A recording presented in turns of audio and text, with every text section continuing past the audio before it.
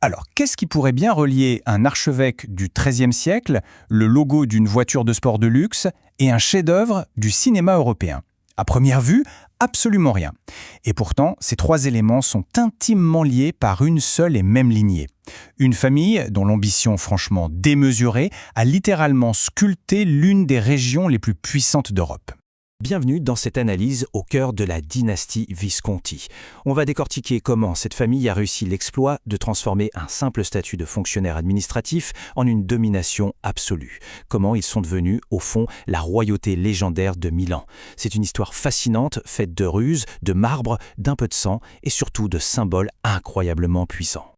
Pour comprendre cette ascension, on va suivre 5 grandes étapes. On parlera de leur conquête de la seigneurie milanaise, de l'énigme de leur fameux serpent héraldique, de leur mutation stratégique vers le statut de duché, de leur utilisation politique de l'art, et enfin, de leur héritage culturel qui résonne encore aujourd'hui. Commençons tout de suite par la première ère, leur marche vers la seigneurie. Pour bien comprendre, il faut s'imaginer le Milan du XIIIe siècle. On est bien loin de la ville de marbre blanc qu'on connaît aujourd'hui.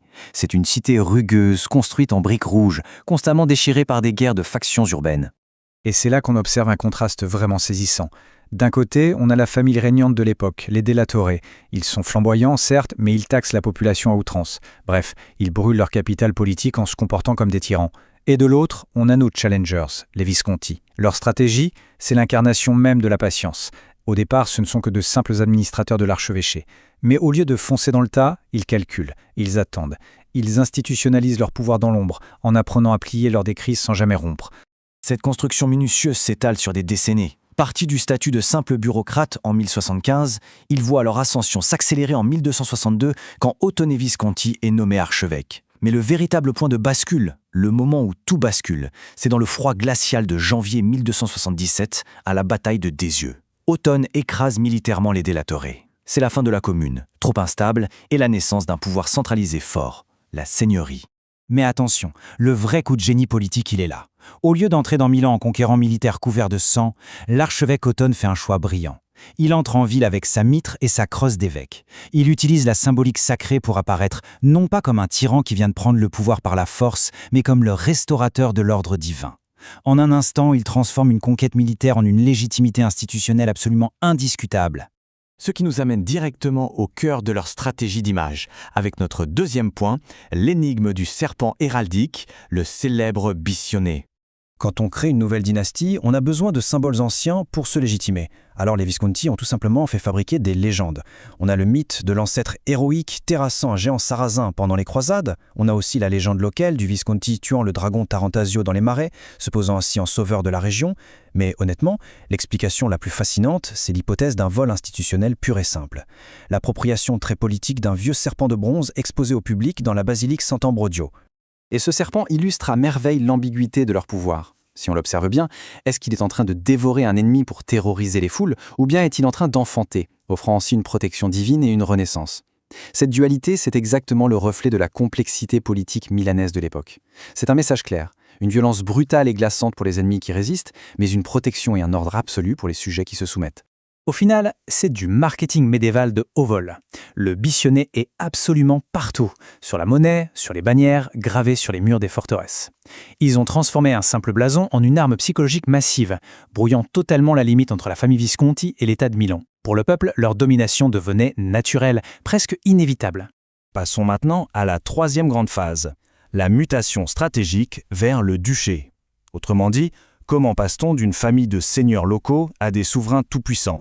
Sous Gian Galeazzo Visconti, l'ambition prend une ampleur phénoménale. La simple stratégie militaire se transforme en une diplomatie impitoyable. Imaginez un serpent qui enroule ses anneaux sur le nord de l'Italie. Ce grand Milan des années 1400 engloutit littéralement les territoires voisins, isole Venise et descend même pour encercler leur grande rivale, Florence. Mais le tournant juridique décisif tient en un chiffre, 100 000 florins d'or. En 1395, Gian Galeazzo sait très bien que les autres cours européennes les voient encore comme des parvenus illégitimes. Alors il sort le carnet de chèques et verse cette somme astronomique à l'empereur pour racheter le titre de duc de Milan. Littéralement. Du jour au lendemain, cet or efface leurs origines d'administrateurs et les propulse au rang des rois d'Europe. C'est une ascension fulgurante. En 1385, Gian Galeazzo renverse son propre oncle de manière implacable. 10 ans plus tard, il est couronné premier duc. Et en 1402, alors que l'unification de l'Italie semblait presque à portée de main, il est foudroyé par la peste. Une ambition digne de Machiavel, fauchée en plein vol au sommet de sa gloire. Mais les Visconti avaient compris une chose essentielle, la puissance militaire, ça va, ça vient. Ce qui reste, c'est la pierre et l'art. Ce qui nous amène à la consolidation de leur pouvoir par le mécénat. Il y a un concept politique fondamental ici, la magnificentia. Au lieu de s'appuyer uniquement sur des armées de mercenaires comme les autres seigneurs italiens, les Visconti ont utilisé l'architecture comme une armure. Le but ? Gouverner par l'éblouissement pour légitimer leur autorité face aux critiques. Ils ont délibérément transformé le style architectural milanais, remplaçant les vieilles briques rouges par du marbre éclatant pour asseoir leur prestige. Le meilleur exemple de cette stratégie, c'est évidemment le célèbre Duomo de Milan. Ce n'était pas juste un immense acte de piété, c'était un outil de contrôle socio-économique redoutable. En lançant ce chantier titanesque, ils ont créé un plein emploi pour la région, garantissant la paix sociale.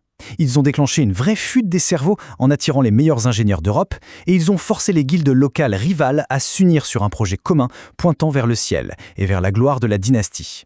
C'est là qu'on touche à une contradiction fascinante chez eux. D'un côté, on avait la tyrannie sanguinaire d'un Bernabo, tristement célèbre pour sa meute de chiens dressés pour la chasse à l'homme, et de l'autre, la sophistication extrême d'un John Galeazzo, finançant des monastères en marbre immaculé et commandant des manuscrits enluminés à leur fin. La terreur politique la plus sombre cohabitait très naturellement avec le raffinement esthétique le plus pur. Et tout cela nous mène à notre dernière partie, un héritage culturel qui frôle l'immortalité. Comment ce pouvoir a-t-il pu survivre quand la lignée masculine a fini par s'éteindre ? Le test ultime arrive en 1450. Le pouvoir passe aux mains du célèbre mercenaire Francesco Sforza, légitimé par son mariage avec Bianca Maria Visconti. Et c'est là que le génie de leur institutionnalisation opère. Elle ne lui transmet pas seulement une bureaucratie redoutablement efficace, elle lui transmet surtout l'emblème du serpent. Pour être acceptés par Milan, les Sforza n'ont pas eu d'autre choix que d'adopter l'identité visuelle créée par les Visconti. La famille s'éteint, mais leur marque dicte encore les règles de la Renaissance. Et devinez quoi ? Ça a fonctionné jusqu'à aujourd'hui. Le bichon a traversé les siècles. Aujourd'hui, il brille sur les calandres des Alfa Romeo. Il s'affiche fièrement sur l'écusson de l'Inter Milan. Il est ancré dans l'architecture de la ville. Leur souveraineté militaire s'est tout simplement métamorphosée en une souveraineté commerciale et sportive mondiale. Même le cinéma a pris le relais. Au XXe siècle, un descendant direct, le magistral réalisateur Luchino Visconti, a repris cette obsession familiale de la splendeur. Avec des chefs-d'œuvre comme Le Guépard, il a littéralement remplacé le marbre de ses ancêtres par la lumière des projecteurs. Il a construit de véritables films cathédrales pour immortaliser l'esthétique aristocratique de sa lignée sur grand écran. Alors pour conclure, cette analyse nous pousse à nous poser une vraie question. Où se cache la véritable immortalité d'une dynastie ?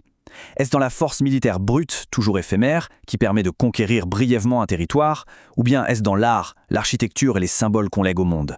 Les Visconti n'ont peut-être pas réussi à conquérir toute l'Italie par l'épée, mais quand on lève les yeux vers le Duomo ou qu'on croise le logo d'une voiture de sport aujourd'hui, on se dit qu'ils ont bel et bien gagné la bataille pour l'éternité.